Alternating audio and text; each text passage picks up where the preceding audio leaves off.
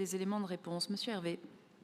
Bien, merci monsieur pour votre intervention. Il n'y a pas grand-chose de nouveau dans votre interpellation. Nous ne sommes pas d'accord sur beaucoup d'éléments que vous nous rapportez.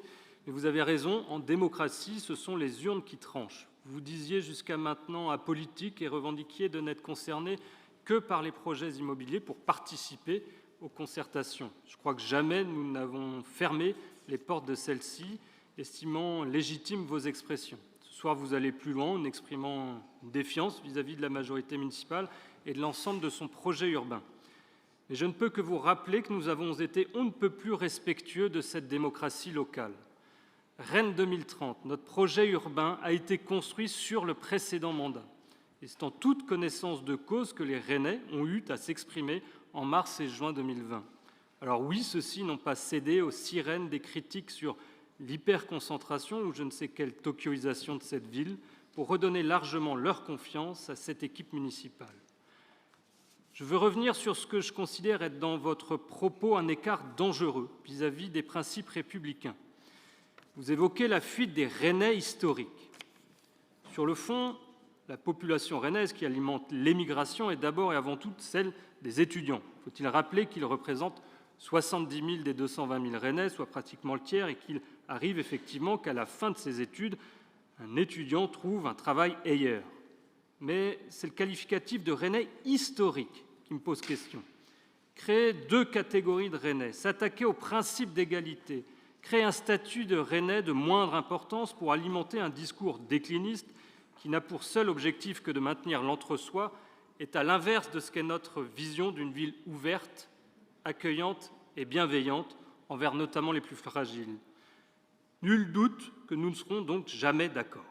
Mais vous remarquerez que ça ne nous empêche nullement d'exprimer ici votre point de vue ou lors de nombreuses rencontres que nous organisons. Pas sûr que les forces que vous soutenez s'embarrasseraient de cette exigence. Alors vous remettez en cause les projections démographiques en oubliant d'indiquer que le premier moteur de la demande de logement n'est pas la démographie, mais la décohabitation. Ainsi, à population égale, il faut aujourd'hui 2 fois plus de logements qu'en 1960.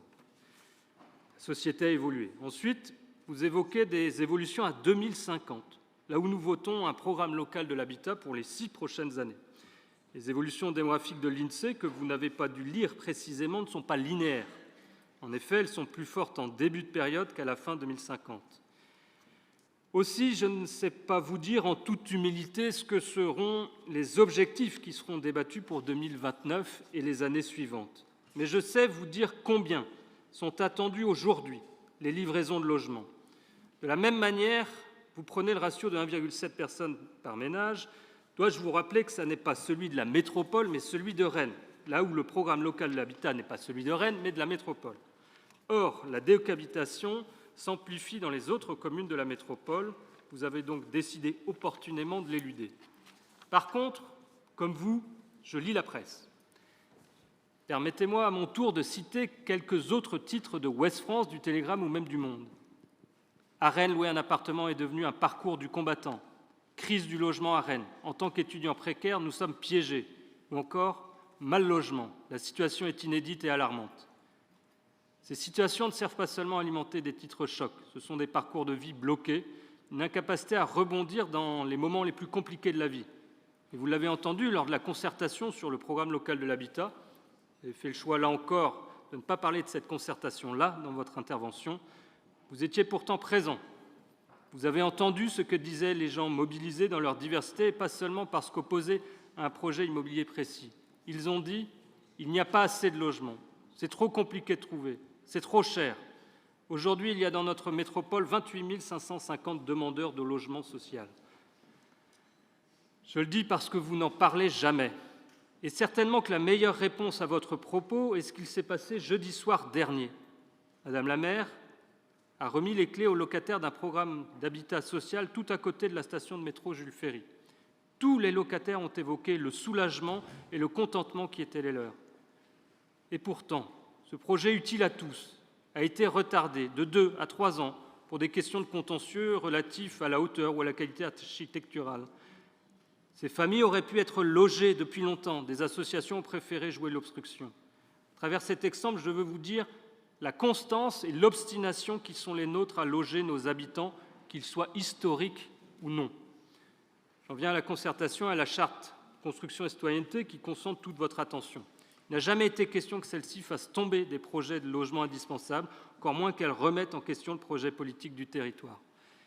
Écoutez les riverains, leur connaissance de leur environnement, ajuster en conséquence un projet pour une meilleure insertion et cohésion sociale future. Évidemment que nous sommes convaincus que c'est indispensable et nous le faisons. Plein de fois, au-delà de Coquillet, de la rue de Verne ou d'Armorique, nous avons demandé aux porteurs de projets de retirer un ou plusieurs étages, de travailler des épanelages, de modifier des orientations ou des coloris, de retravailler les accès, la matérialité des socles, de faire évoluer les failles requises par le PLUI ou encore d'accroître la présence de la pleine terre. Simplement, faire la ville avec les acteurs de sa fabrique requiert une forme de maturité pour comprendre qu'il y a effectivement des invariants dans un projet. Qui plus est quand il n'y a pas un euro d'argent public investi et où le pouvoir de l'autorité publique est plus limité.